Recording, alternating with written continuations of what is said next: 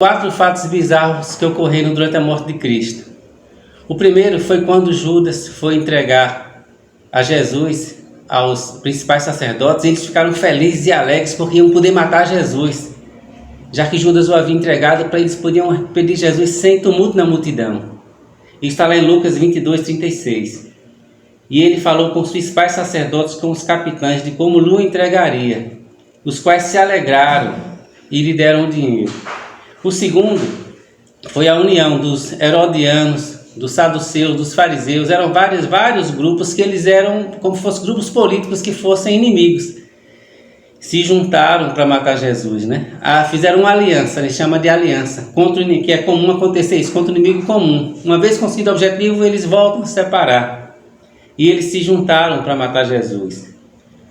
O terceiro,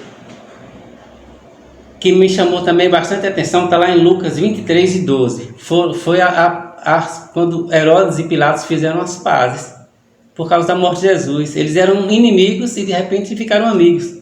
O que aconteceu? É mais ou menos o seguinte: Pilatos era o governador da Judéia, Herodes era o governador da Galileia. É como se era tudo Israel, mas eram dois estados diferentes.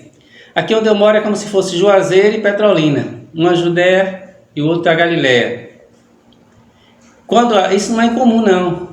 Quando a pessoa comete um crime em determinado lugar, mesmo que ela seja presa em outro lugar, eles encaminham ele para o local onde ele cometeu o crime, que é lá que ele vai pagar a pena. Geralmente isso é muito comum no direito. Aí então Pilatos disse: não, aqui ele não cometeu crime nenhum, não sei, lá na Galileia, manda ele para lá. Chegou lá, Herodes também disse que não. Aí então Herodes mandou de volta. E aí diz a Bíblia que eles fizeram as pazes depois disso, porque eles eram inimizados. No mesmo dia, Pilatos e Herodes entre si se fizeram amigos, pois dantes andavam inimizados um com o outro. Está lá em Lucas 23:12. Aqui o que me chama a atenção é o seguinte, sabe? Às vezes, a gente tem inimizade com a pessoa também. E às vezes é uma coisa, às vezes até banal, mas nenhum tem a coragem de pedir perdão ao outro. E por causa disso a nossa inimizade permanece. Às vezes basta só que alguém tome a iniciativa, como aconteceu aqui. Tomou a iniciativa e fizeram as pazes. Por isso, que eu sugiro a você, se tem alguma coisa que você tem inimigo, não foi uma coisa boba, peça perdão, vá lá e tente conversar. Aconteceu comigo uma vez. Eu discuti com o médico e a gente ficou sem se falar. E numa festividade comum que a gente teve, a inauguração do hospital, ele estava lá. Eu fui até ele e disse: me perdoe, eu não queria estar sem falar com você, é uma coisa tão boa, eu queria pedir as pazes, fazer as pazes com você. Ele me abraçou: puxa, que bom, eu estava angustiado e eu não sabia como falar com você. E assim a gente voltou a ser amigo. A Bíblia diz o seguinte, olha: mesmo que alguém faça algo ruim contra você, se ele vier te pedir perdão, perdoa. Acautelai-vos, se teu irmão pecar contra ti, repreende. Se ele se arrepender, perdoa-lhe. Se por 7 vezes no dia pecar contra ti, e nas 7 vezes vier lhe pedir perdão, ele diz: perdoa. Isso está lá em Lucas 17:3-4. O quarto fato é o que mais me chamou a atenção. Realmente isso eu queria me deter um pouquinho mais. Está lá em João 18:28-30. Depois levaram Jesus para a casa de Caifás para a audiência, e era pela manhã cedo. E não entraram na audiência para não se contaminarem, mas poderem comer a Páscoa. Isso aqui era na quinta-feira. Depois de prender Jesus na quarta-feira à noite, na quinta-feira de manhã cedo, eles levaram para Pilatos.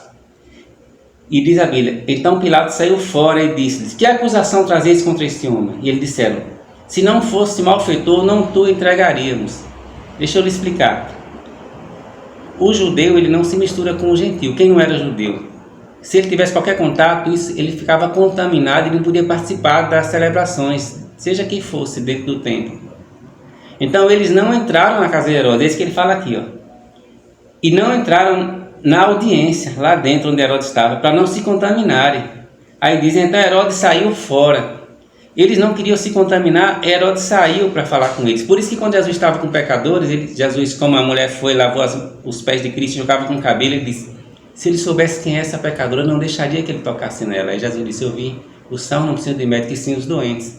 Não vim buscar justos, mas pecadores. Eles tinham essa tradição. Então, se ele entrasse na casa de Herodes, ele estaria impuros para o dia seguinte.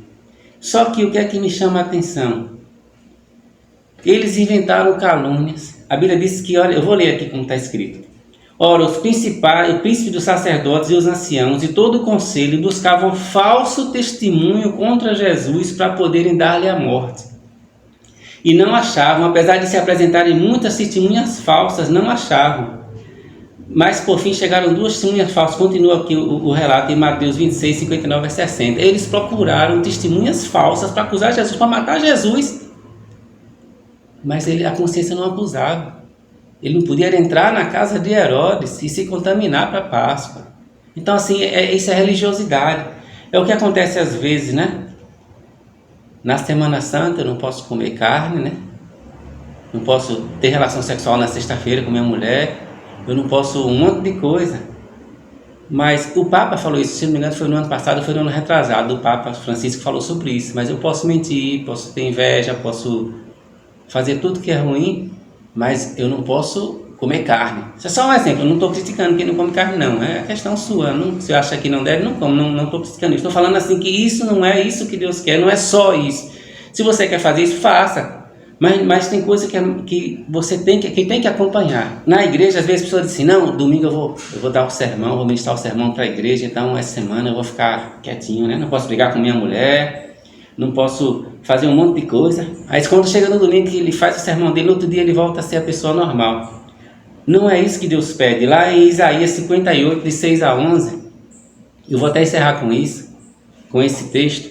Ele fala, o jejum que Deus escolheu não é o jejum de comida. O jejum que eu escolhi, Deus diz assim, o jejum que eu escolhi é que soltes as ligaduras da impiedade, que desfaças as ataduras do jugo, deixe livres os oprimidos, que reparta teu pão com o faminto, recolha em casa os pobres abandonados, cubra aquele que está nu. Então romperá a tua luz como a alva, e a tua cura apressadamente brotará, e a tua justiça irá diante de Deus. Então você gritará e orará e chamará a Deus, e Deus vai te ouvir. E a tua luz nascerá nas trevas. Deus te guiará continuamente, fartará a tua alma, fortificará os teus ossos. Isso está lá em Isaías 58, 6 a 11.